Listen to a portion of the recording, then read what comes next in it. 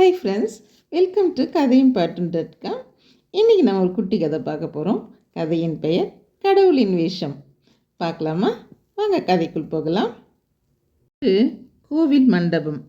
அங்கு கடவுளை பற்றி பேசிக்கொண்டிருந்தார் ஒரு சாமியார். நிறைய பேர் உட்காந்து கேட்டுட்டு இருந்தாங்க. இது மேலேருந்து கடவுள் பார்த்துட்டே இருந்தார்.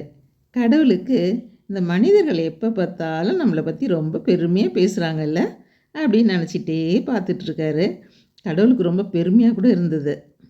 சரி, நம்ம நேரில் போயிட்டு பார்த்து அவங்க எல்லாம் எப்படி நம்மளை வரவேற்கிறாங்கன்னு சொல்லிட்டு பார்க்கலாம். நம்ம கண்ணுக்கு தெரியாத இருக்கும்போதே நம்மளை பற்றி இவ்வளோ பெருமையாக பேசுகிறாங்களே, நம்ம நேரில் போய் பார்த்தா இன்னும் நம்மளை எவ்வளோ பெருமையாக பேசுவாங்க அப்படின்னு சொல்லிட்டு அவருக்கு யோசனை வந்துட்டு அவர் வராரு. பக்தர்களெல்லாம் நேராக பார்க்கலாம் அப்படின்னு சொல்லிட்டு வராரு. சரி, இறங்கி வந்தார். எங்கே வர்றாரு அப்படின்னு பார்த்தீங்கன்னா, அந்த சாமியார் ஒருத்தர் கோவிலுக்குள்ளே மக்கள்கிட்ட கடவுளை பற்றி பெருமையாக எடுத்து பேசிகிட்ருக்கார் இல்லையா, அந்த இடத்துக்கு தான் கடவுளும் இறங்கி வராரு. இறங்கி வந்துட்டு அங்கே ஒரு மரம் இருந்தது. அந்த மரத்து பக்கத்தில் போய் நின்றுட்டார். நிற்கும்போது கோயிலுக்குள்ளே இருந்துட்டு ஒரு பக்தர் வெளியில் வராரு. வெளியில் வந்ததுக்கப்புறம் கடவுளை பார்த்துட்டு, இது என்ன வேஷம், ரொம்ப நல்லா இருக்குது, பிரமாதம், சூப்பராக இருக்குது அப்படின்னு சொல்கிறாரு. என்னது வேஷமா? இது வேஷம்லாம் இல்லை, நான் தான் கடவுள் அப்படின்னு சொல்கிறாரு. கடவுளுக்கு அப்படி தூக்கி வாரி போட்டுடுச்சு.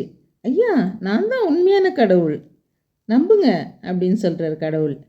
உடனே என்கிட்ட சொன்னதோடு வச்சுக்கோ, வேறு யார்கிட்டையும் சொல்லிடாத, பிறகு உன்னை பைத்தியக்கார ஹாஸ்பிட்டலில் கொண்டு போய் விட்டுடுவாங்க என்றார் அந்த பக்தர். நான் சொல்கிறத கொஞ்சம் கேளுங்க, நான் தான் கடவுள் அப்படின்னு சொல்லிட்டு கடவுள் சொல்கிறாரு. ஆனால் அவர் ஒத்துக்கவே இல்லைங்க. உடனே பக்தர் இடைமறித்து, நீ ஒன்றும் சொல்ல வேணாம், முதல்ல இடத்த காலி பண்ணு, கூட்டம் முடிஞ்சு சாமியார் வெளியில் வர நேரம் அதுக்குள்ளே போயிடு என்று அந்த பக்தர் சொன்னார். வெளியே வந்த பக்தர்கள் எல்லாமே இவரை பார்த்துட்டு சந்தேகத்தோடு எல்லாம் விலகி போக ஆரம்பிச்சிட்டாங்க. சாமியாரும் வந்தார். அவரும் அப்படியே பார்க்குறாரு. பார்த்துட்டு, ஏன்பா இப்படி இங்கே கலாட்டா பண்ணிகிட்ருக்க, பேசாமல் போயிடு என்றார். என்னை பற்றி பிரசங்கம் பண்ணுற, உனக்கும் என் அடையாளம் தெரியலையா என்று கடவுள் கேட்டார். காதில் விழவில்லை. கடைசியாக கடவுளை ஒரு அறையில் தள்ளி பூட்டு போட்டுவிட்டு போய்விட்டார்கள். வேறு வழி இல்லாமல் கடவுள் கண்களை மூடிக்கொண்டு உட்கார்ந்து விட்டார் அந்த அறையில். நள்ளிரவு நேரம் வந்தது. கதவை திறந்து கொண்டு மெல்ல உள்ளே வந்தார் சாமியார். கடவுளேன்னு மன்னிச்சிருங்க, நீங்கள் தான் கடவுள்னு எனக்கு அப்போவே தெரியும்.